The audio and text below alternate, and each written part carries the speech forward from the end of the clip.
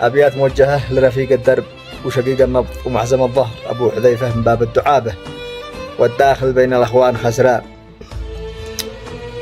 يا طير أنا أعطيتك جناحي والريش، والله من لك ريش والله جنحة، عتعيش ساع سنحان متحمد عيش، والله قدك داري بقلبة سنحة، مشيش أقفلها على قفلة شيش، ما عاد يفيد بعد الضراط الحنحة، تشتي تعيش عيش وإن ما عاد تشتيش القبر جاهز، والكفن والريحان الصاحب الجيد والوفي مثل الفيش، إذا جرحت أجرحك يا دحان، أنا أشهد إنك صدق غرفة تفتيش.